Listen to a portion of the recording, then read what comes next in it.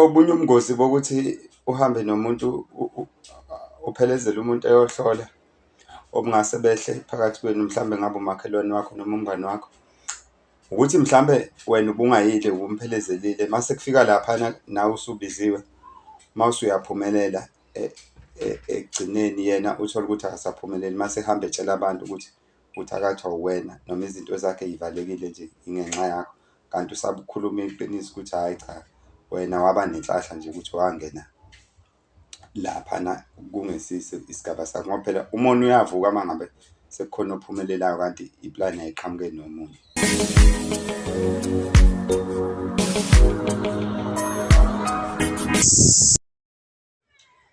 Siphinde sinibingelele babukeli bekama-VTV with Prince Bheka kaZulu. Namuhla ngizoqwashisa abantu ngobungozi bokuphelezela umuntu uma ngabe eyohlola wena ungadinge lutho lapho, umphelezele nje like umngani wakho noma umhlobo wakho. Ngifuna ukunixwayisa ukuthi leyo nto inabungozi muni. Ngizophinde ngikhulume ngendaba yokuthi kuyohlolelwa umuntu engekho, ngabe ingane yakho noma ukhazina wakho, uthole ukuthi usey'ndaweni ey'kude, mhlawumbe uko-England noma nihlukene nje niqhelelene. Mase ngichaza ukuthi kwenziwa kanjani ukuthi kuyohlolela umuntu. Ungixolele-ke uma ngabe kuwukuthi uyazi, khona abantu abayidingayo le information. Before ngiqale i-topic, khona enye into engifuna ukuyixwayisa kubantu besilisa. Angasho ukuthi abantu besilisa, emadodeni. Uma ngabe uyindoda fune wazi ukuthi nama ngabe uney'ngane kukhona ezamantombazane, uma ngabe kukhona ukuphikisana onokuphikisana nazo kwey'ngane zamantombazane, uma wabe usesayidini labo, ungalokhu nje ungabazi ukuthi uyoze uxabane naye nibe njani njani. Umama ngoba eyintombazane ney'ngane zamantombazane usesayidini lakhe, kodwa inkinga uma kukhona onayo nabantwana bakho ababafana, umama akayingeni leyo ndaba ngoba uyazi ukuthi niya-understand-ana nina nodwa. So angifuni-ke ngelinye ilanga ukuthi emva kokulalela lapha ngizwe indoda ilokhu ikhala ukuthi lo mfazi noma lo makoti ulokhu esaphotha iy'ngane. Kunjalo khona, kodwa kungayekelelwa phela ayiliwe leyo mpi, kungabe sekuyekelelwa, kodwa nje fune ukwazi lokho ukuthi nje kunjalo nje. Nenye into ekufuneka siyi-understand-e these days, abantu bayakhala ngokuthi kuthwasa ama-2000 this and this. Ngicathi sekuyisona isikhathi sokuthi kwawona amadlozi lana noma bona abadala befunde ukuthi bangene kobani manje. It's the 25th century, it's another decade. So masiqala into yama-60s, let me say yama-1880s, 19 bani, 60s bani bani. Isikhathi esiphila kusona asifani namanje. Kuqala kwakulwelwa ukuthi kuqhubeke impilo, manje competition is very high. So nabo-ke abadala ngicathi bayayibheka leyo nto ngoba babona lokho esingakuboni. So-ke iy'ngane masiy'bona iy'jaquza, y'hambe y'fequza koma-social media, zibe ziyizangoma, ziphosta zenzani, cansi sekufuneka singayithuki leyo nto leyo ngoba zishaya oshanda bani bani bani. Lezo zinto sekufuneka singayithuki ngoba phela manje abantu bezobe bethi isangoma esinjani lesi iy'ngane zincane zingenwe into ey'ngayazi, so ngeke ikwazi ingane ukuphila into eyayiphilwe ukhokho wayo. Okunye futhi engifuna uku-understand-e ukuthi ngoba iy'khathi y'shintsha nje, okhokho siye sibakhuze emsamu, sibabize emsamu most of us. Noma abanye beba nenhlahla-ke yokuba nokhokho babo, ngoba nami sengike ngaba nenhlahla yokuhlala nokhokho nje abaningi, ngisho abasekhaya komama nabasekhaya kubaba. So kulezi iy'nsuku-ke kodwa kufuneka sikulindele ukuthi ngelinye ilanga ukhokho asizukumbiza emsamu, sokhuluma naye mathupha live, simbuze ukuthi ufunani, esho ukuthi ufunani. Uma efuna i-yoghurt noma ama-grapes noma ama-aphula, sihambe siyomthengela ey'tolo, ngicela ungabizi amagama ey'tolo, ebuye edle. Umuntu uzoyibuza ukuthi lento ngisho kanjani. Cha, phela kulula, angithi iy'ngane ngoba y'thola abantwana nje zino-13, uma wayo masena-26 naye ithola umntwana ina-13, uzobe soba nogogo, ukuthi lo mzukulu naye ethole ilento le ingane, loyana esena-39, lo ena-26, kothi nalo masena-13, loyana esena-49. Angithi uyabona ukuthi ukhokho usezophuma less than 50 years.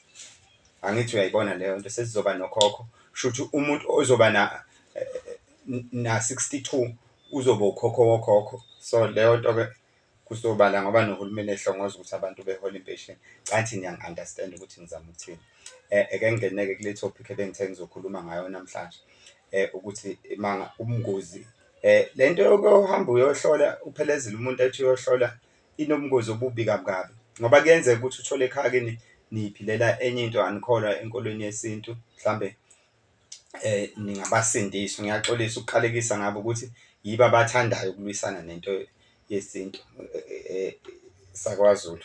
Most of the time ibona abahamba phambili. Musu uyamphelezela umuntu kanti khona isidalwa sakini noma iy'dalwa zakini ey'funa ukukuphosa kulento. Kujwayelekile-ke, mina sengibone kaningi umuntu ethi uphelezele umuntu ebuye esekhuluma enye i-language. Ubungozi balento uthi ufikile laphana usalinde umngani wakho phandle, laba umuntu osuke eyohlola noma eyobhula into ethize, uma ngabe sephuma mase kuvela lo okade embhulela masethi hhayi bo ngena nawe, kanti vese usuke uthunywe isidala sakho. Musa uthi uyangena mase ekuhlolele ekutshela ezinye izinto, angithi awukholelwa kule nto, ekutshela ezinye izinto ubuye ekhaya usuza nezinye iy'nkinga. Inkinga-ke idaleka ngoba ekhaya bakholelwa kuleyo nto futhi ubungatshelanga muntu, ngoba uthi uyamtshela lo ohlolayo ukuthi mina anginayo imali, ethi hhayi no, khululeka uzobuye uyikhokhe imali, ngoba khona into asuke eseyibonile. Abantu abahlola ngampela-ke bathi bekhuluma nawe uthi ekubona nje ube esebonile ukuthi khonani. Ibona-ke ubungozi engifuna ukuthi bekuqaphele abantu. Kungcono uma usuka nje usuke uyoyihlolela, awucabange nje uthi uyayihambela uphelezela umngani wakho, usubuye usutshelwe iy'ndaba zakini ey'thize nongazazi. Mhlawumbe uzuthola nokuthi awusuye ngisho walapho kuleso sibongo u-adopthiwe.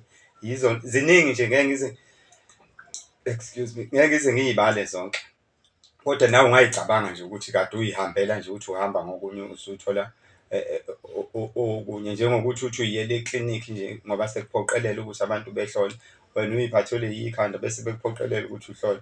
Mawusuthi uhlola igazi, mawusuthi uhlola igazi bekutshela ukuthi unesandulela ngculazi. Uyayicabanga nje leyo nto ukhanda umonakalo kanjani empilweni yakho, kanti nezinto zoma-counselling asiy'jwayele thina noma ingasezintsha kodwa asikangeni kahle kuzo. Abantu bey'bala abayi-understand-a kahle. Thina i-counselling vele kuthiwa uyaqina uyindoda, uma uyintombazane kuthiwa hhayi u-strong futhi umasibanibani, uzoba umfazi ngampela.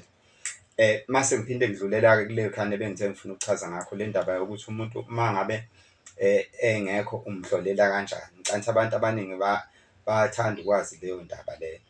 Umuntu-ke uma engekho kulula kakhulu nje, awulokhu uhlupha, funeka kube khona ingubo yakhe, kodwa uxhumane naye phela, ungavele uzenzele nje ngoba phela abantu bazosuke bentshontshe iy'ngubo zabantu ethi ufuna ukuthola ngento yomuntu. Phela umoya awuvumi lapho, usuke ungavumile. Funeka uxhumane naye, kube ukuthi nawe uyafisa ukwenzela leyo nto, nithathe noma iyiphi nje ingubo yakhe, akukhethile ukuthi enjani, ngoba phela nina nithanda ukuthi kuzothiwa kuthathwe iphenti noma cha, ingubo nje e-normal, uhambe nayo musa uya kumuntu ohlolayo.